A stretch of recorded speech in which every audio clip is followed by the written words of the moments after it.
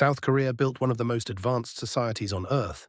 But behind the neon skylines, high-speed trains and global technology companies, the country is slowly running out of people. This is not a distant prediction. South Korea has recorded more deaths than births every year since 2020, meaning the population is already shrinking naturally. In 2023, the country's fertility rate fell to just 0.72 children per woman. A population normally needs roughly 2.1 children per woman to replace itself. The rate improved slightly to 0.75 in 2024, and provisional figures put it near 0.80 in 2025. That sounds encouraging, but it remains extraordinarily low. Even during the recent improvement, deaths still exceeded births by more than 100,000 in 2025. A small rebound cannot quickly reverse decades of decline. So why are so many South Koreans choosing to have one child, delay parenthood, or avoid it completely? The answer begins with the cost of building a life. Housing in and around Seoul can be brutally expensive. For younger adults, securing a stable apartment may require years of saving, family support, or enormous debt. And Seoul is where many of the country's best jobs, universities, and opportunities are concentrated. Moving somewhere cheaper can also mean moving away from your career. Then comes education. South Korean families often spend heavily on private academies, tutoring, and preparation for intensely competitive school and university entrance systems. South Korea has modernized at extraordinary speed, but many workplaces still reward long hours, constant availability, and loyalty to the company. That makes family life difficult for everyone. But women often face an additional choice between career progression and taking on most of the responsibility for childcare. South Korean women are among the world's best educated, yet the country continues to have one of the largest gender pay gaps in the developed world. Marriage has also become less attractive to some young adults. If marriage is expected to bring expensive housing, children, career sacrifice, and traditional family duties, delaying it becomes rational. And because births outside marriage remain relatively uncommon, fewer marriages usually mean fewer babies. This links changing relationships directly to the national population crisis. The pressure is visible in everyday language. Many young Koreans have described giving up dating, marriage, children, home ownership, or even hope for social mobility. The result is already transforming communities.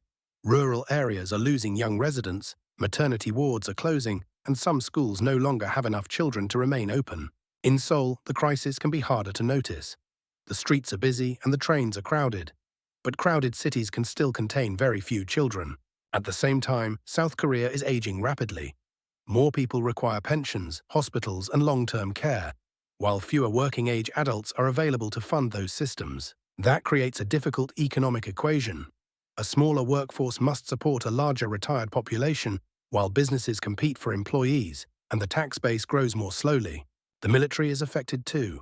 South Korea still relies on conscription while facing North Korea, but every smaller generation produces fewer young men eligible for service. Universities, construction companies, farms, restaurants, and care facilities are all confronting the same question. Who will study, build, serve, and work in the future? The government has not ignored the problem. Over many years, it has offered childcare support, parental leave, housing assistance, fertility treatment, and direct payments to families. Local governments have experimented with birth bonuses and other incentives.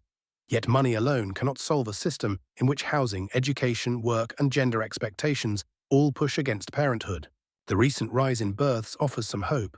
More marriages after the pandemic and a temporarily larger group entering their early 30s have helped lift the numbers. But demographers warn that this may be temporary. Smaller generations will soon enter the ages when people normally marry and have children, reducing the number of potential parents. Immigration could slow the decline. South Korea already depends more on foreign workers, but becoming a large immigration society would require major cultural and political changes. Automation may also help factories produce more with fewer workers. But robots do not pay pensions, raise children, maintain communities, or replace every nurse and caregiver. The deepest solution may be making ordinary life less punishing.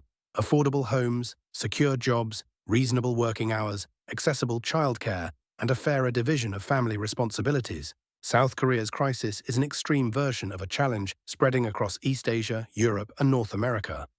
Wealthier societies are discovering that economic success does not guarantee family formation. A country can build faster trains, taller towers, and smarter machines.